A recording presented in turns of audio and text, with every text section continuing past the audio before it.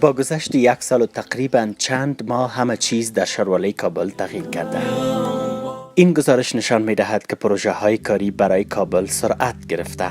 خانه‌های زورمندا بودی جا کلش ویران کردن و فعلا سرک جور میکنن. امارت اسلامی افغانستان کسی متبجدیت عمل میکنند. مردم از روند کار برای شهرشان راضی به نظر میرسند. یعنی مردم تابع قانون شدند. ساختمانسازی پیش از حد بود، با خصوص حلقه مافیا حاکم بود در این بخش. آمدم که مالی دولت البته معصومه 1-2 لک روپیه رشوت گرفته. در حکومت گذاشته متاسفانه اکثرا فابریکات و گشت‌فضا بدون فیلتر فعالیت داشتن. د شهروال صاحب خپل د ذهنیت او انګیزه ده چې دوی هر وخت دا وایي چې هغه څه باید ووایو چې کوی سو، یعنی خلکو ته باید وعده وعید ورنکړو لکه د تیر حکومت غوندې. کارمندان شهروالای کابل هم گفتند که نسبت به گذشته در کارهای خود احساس مسئولیت میکنند. من در حکومت قبلی در یک بسته 5 کار میکردم. با آمدن امارت اسلامی مرا در بسته 4 ارتقا دادند.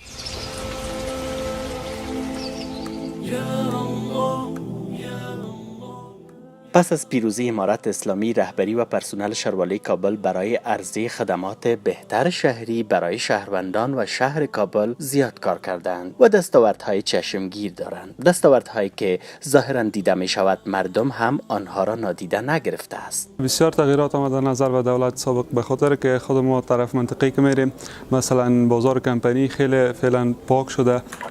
کارهایی که شهروالی کابل میکنه محسوس است، عام و خاص او را درک میکنه و میبینه. کراچی ها که او را به غرفت تبدیل کرده که از هر دو جهت فایده است، که هم امی تجارت دستفروش ها را کمی قانونمند ساخت و از طرف دیگه پس عواید شد برای دولت.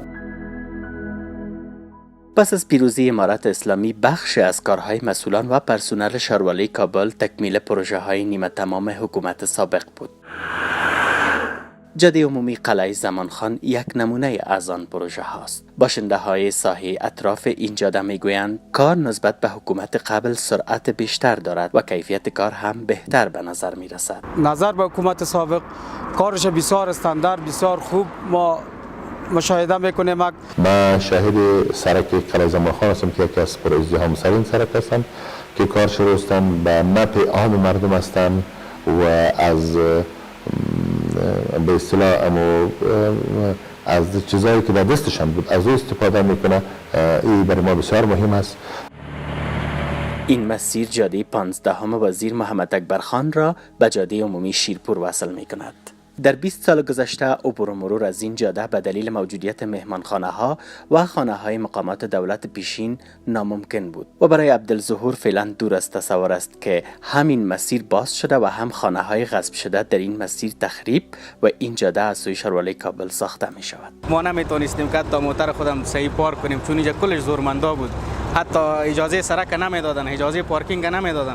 خوشبختانه حالا که امارات آمده همه خانه‌های زورمندا بودی جا کلش ویران کردن و فعلا سرک جور میکنن و ما کار امارات اسلامی را تقدیر میکنن. میخواستن این خانه‌های ما را تخریب کنن بگیرن برای خود مقامات هم وقت با نظر به اسناد ما نتونستن هم وقت زوراوری کنن. امارات اسلامی که پایدار شد در افغانستان ما را خواستن در ناحیه و بعد از او معرفی شدیم در استملاک، رفتیم در استملاک. باز رئیس استملاک با امروز بسیار رویه خوب و رویه‌ای که در 20 سال ما ندیده بودیم رویه شد. انجینران ریاست کار، حفظ و مراقبت شهروالای کابل پروژه های ساخت و ساز به ویژه سرکسازی را در 1 سال گذشته پروژه های با سرعت کار بیشتر و کیفیت بهتر عنوان کردند. در سابق بود این پروسه تدارکاتی یک کمک طولانی بود.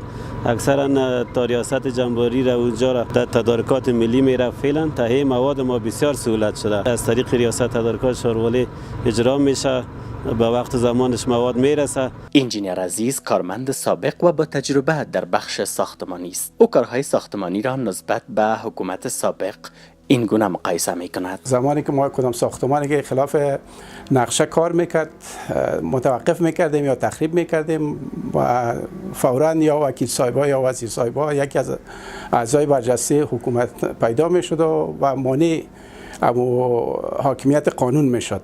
در طول این یک سال ایرا ما با جرات براتون میگم که حتی یک سقف هم یک چت هم از پیش ما کار خلاف صورت نگرفته. نواحی در سطح شاروالی کابل روزانه بیشترین مراجعین را دارند. مراجعین که حالا برای آنها اجرای کار سرعت گرفته و مسئولانه انجام می شود. در سابق مردمایی که در شاروالی انجینیرها یا بودن که می آمدی از پیسه نمیدادی، هیچ کارت پیش نمی بردن، میگو ورقت 2 روز بعد بیا، 1 هفته بعد، 1 ماه معطل میشدی تا که رشوت پرداخت میکردی، بعد از اون کارت تمام میشد. خانه جور میکردم، وقتی آمدم که مالی دولت به تو مسمه 2 لک روپیه رشوت گرفتم. من میال در مدیریت هوایی هستم. دوستام تو به لطف خوش فعلا کارهای ما را پیش میبرن دیگه، تو کدام مشکلی فعلا برای ما نیست. او سنه حالات که تیر حالات سره مقایسه کو سریع اجرات کیږي پوسنی رژیم کې داسې سریع اجرات کیږي چې کومه چیرته خپل نور زیربط ادارات مثلا که استخبارات دی حوزه امنیتی ده مونږ که مکتوب تکینو مکتوب ټایپ کو دا ولېږو مونږه مربوطه حوزې استخبارات په دې باندې وخت لګیږي.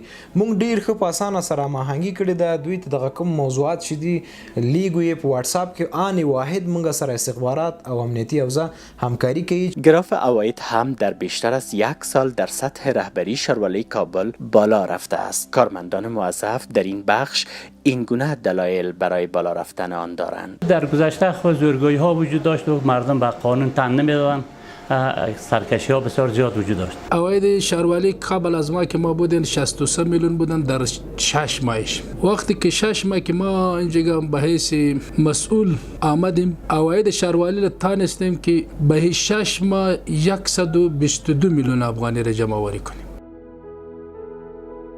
خوشنود تازه حس کرده که در شهر قانونی کار می کند. او در گذشته کراچی دستی داشت و در اجرای کار سرگردان بود. از وقتی که امارت اسلامی اومده دیگه به ما غرفه را توزیع کرده، فعلا دیگه نظم برابر است. کار ما به شکل قانونی است. سابق که بود غیر قانونی بود، هر کس باجگیری میکردن به شخصی خود. فعلا که است به بودجه دولت ما کرایه میتیم. با منظور نظم بهتر شهری شاروالی کابل به جای کراچی های متحرک که همیشه باعث بندش جاده ها میشد، در تمام نواحی شهر برای دستفروشان کراچی های غیر متحرک و ثابت توزیع کرده و آنها حالا قانونی کار میکنند. شاروالی خیلی ببینن کار کردن و میسا را نظم ساختن، کراچی را در 1 ساعت جور کردن. در 1 سال گذشته بزرگترین دستاورد ریاست تنظیف شاروالی کابل پاککاری کانال های خرد بزرگ در این شهر است. کانال هایی که در گذشته بنابر دلایل دست پرسنل موظف برای پاککاری 100% آن